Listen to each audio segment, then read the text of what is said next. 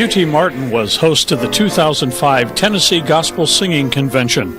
And one of the things that made this gathering special is that the voices were raised with the tradition and style of shape note singing. Shape note, of course, is a traditional type singing. Started back in, I would say, early 1800s, 1900. They have sacred harp singing, which is using 4 syllables.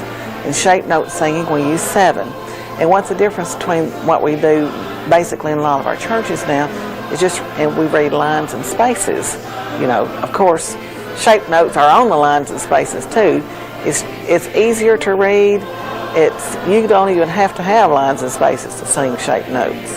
You could just have the shape on a piece of page and sing it. Congregational and choral singing came over from England with the colonists. To improve their skills, singing schools were established and were especially popular in the South. These schools used a new method, shape notes, first published in the 1801 Easy Instructor by William Little and William Smith. The system used 4 distinctive note shapes to represent the 4 syllables, or the fa, sol, la, mi music scale of the era. Sometimes the musical staff was left out entirely.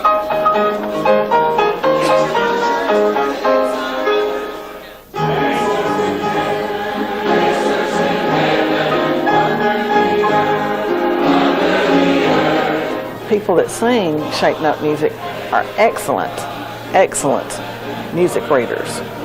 And some of our kids that have gone to college and majored in music sometimes are like 2 years ahead of the others in sight reading abilities, because they've had this experience of reading music and reading shapes. And like he said, they call out a number you've never seen it before, and you open that book and you read it, sight read it on the spot.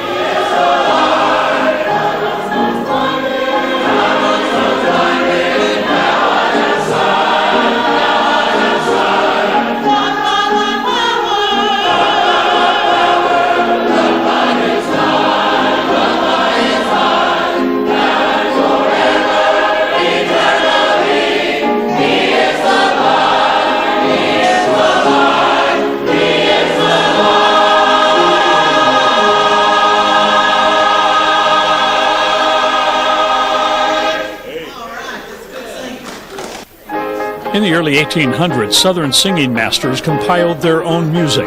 By 1860, more than 30 sacred songbooks with shape notes were available. One of the most popular was Southern Harmony by William Walker. It sold 600,000 copies between 1835 and the beginning of the Civil War.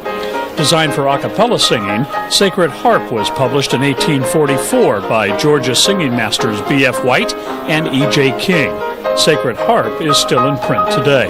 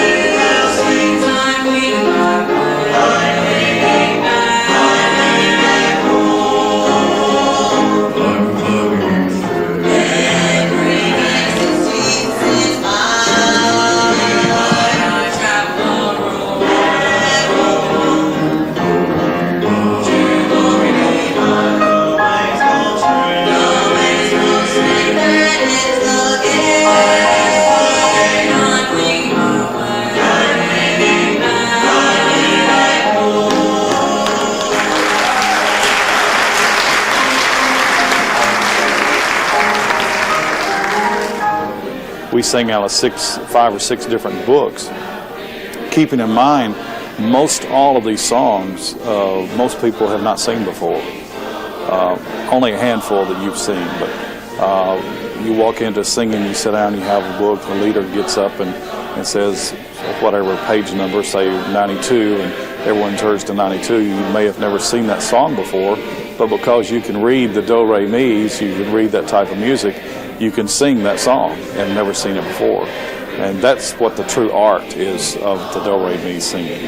After the Civil War, singing schools continued in the South, and new teaching techniques introduced the 7-shape or do, re, mi system. The singing schools also provided a way for young people to socialize and are remembered by some as part of their courting days. That is our personal heritage. Our grandfather, who had 7 children and raised them right during the Depression years and thereafter, one of the ways he fed his family, so to speak, is he taught 10-night singing schools. And he would get in the horse and buggy and he would travel to churches and stay 10 days, 2 weeks at a time teaching music schools. And in turn, his children, as they grew, they taught music schools in different churches all across the state of Tennessee and in different states. So it's just been part of our heritage, and it's why it's so special just to us personally.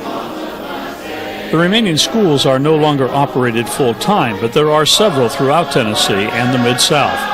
The schools and conventions like this one are a way of teaching church musicians and also passing this style of music down to new generations.